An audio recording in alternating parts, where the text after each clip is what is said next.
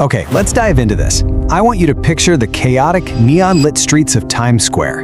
It's May 2026. The air is warm, the street performers are out doing their thing, tourists are snapping a million selfies, and you've got that unmistakable mix of street cart food and city exhaust. It's vibrant, it's alive, it is literally the absolute crossroads of the world. And to really put that scale into perspective, just think about this number for a second. 380,000. That's the amount of foot traffic pushing through Times Square on a daily basis. I mean, that's practically a stadium full of people every single day. Among that massive, swirling crowd of tourists and locals was a 17-year-old high school student named Jaylen Brown. But the thing is, Jaylen wasn't looking up at the glowing billboards, and he definitely wasn't looking for fame. He was looking for a target. To understand why, we really need to look at the dark mechanics driving him. Have you heard of Knockout 2.0? It was this viral challenge where users would record themselves executing totally unprovoked violence on vulnerable strangers. And the end game? To harvest maximum views and followers. Now, Jaylen was actually a good student from the Bronx, raised by a hardworking grandmother. He had absolutely zero history of violence, none. But he'd been watching these videos for weeks, becoming completely, utterly obsessed with the millions of likes and that instant digital validation they generated. It's like a drug. So the crucial point is captured so heartbreakingly by Detective Martinez, who noted he didn't mean to kill anyone, he just wanted to go viral. That digital, almost detached motive creates a chilling contrast with the reality of his victim. You see, Marcus Webb wasn't some digital avatar, he was a 54-year-old Afghan war veteran. He struggled with PTSD and homelessness, and honestly, on that warm Tuesday night, the guy just wanted to sleep peacefully on his bench alongside his loyal pit bull, Sergeant.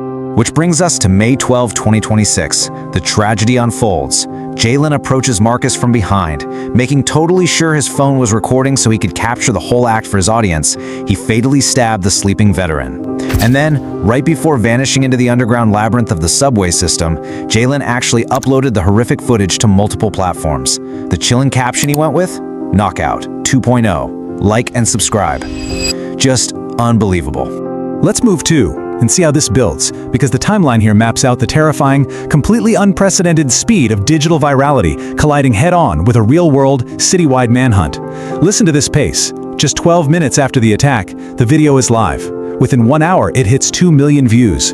By hour 2, the NYPD has already scraped the footage and identified the suspect. And in just 3 hours, the absolute tragic reality hits home when Jaylen's own grandmother, weeping in terror over what her grandson has done, calls the police tip line herself.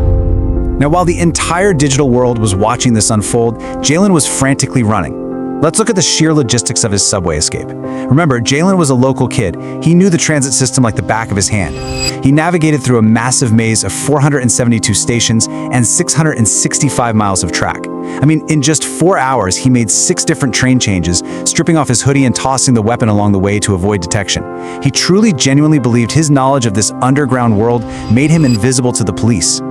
But man, he was incredibly wrong. It turned into this extreme high-tech game of hide-and-seek. While Jaylen relied on crowds and, old-school evasion tactics, the NYPD deployed their newly installed 2025 AI surveillance network.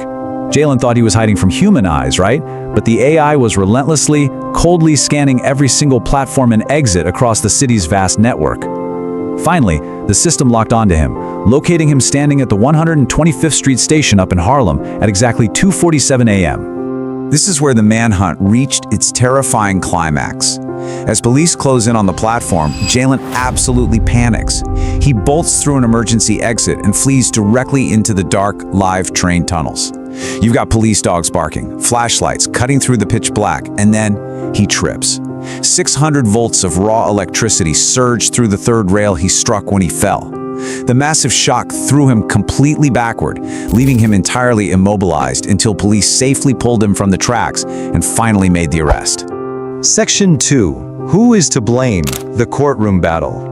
The physical capture of Jaylen Brown was over, but an unprecedented legal reckoning was just beginning. This trial really forced the justice system to look objectively at a very modern, incredibly complicated dilemma regarding accountability in the digital age. Now, what's really interesting about this slide is the core ideological debate here. On one side, the defense argued that we were looking at a vulnerable teenage brain that was essentially hijacked. They argued Jaylen was addicted to digital validation and the platform's algorithm aggressively pushed violent content right to his feed, making the algorithm partially to blame.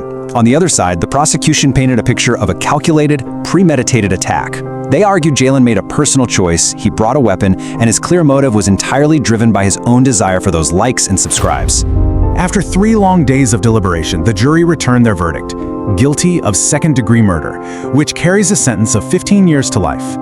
The emotional aftermath inside that courtroom was absolutely devastating to witness. As the sentence was read out loud, Marcus's daughter wept for the tragic, senseless loss of her father. At the exact same time, Jaylen's grandmother just collapsed, realizing the boy she raised would now spend decades behind bars. The ripple effects of this tragedy were massive.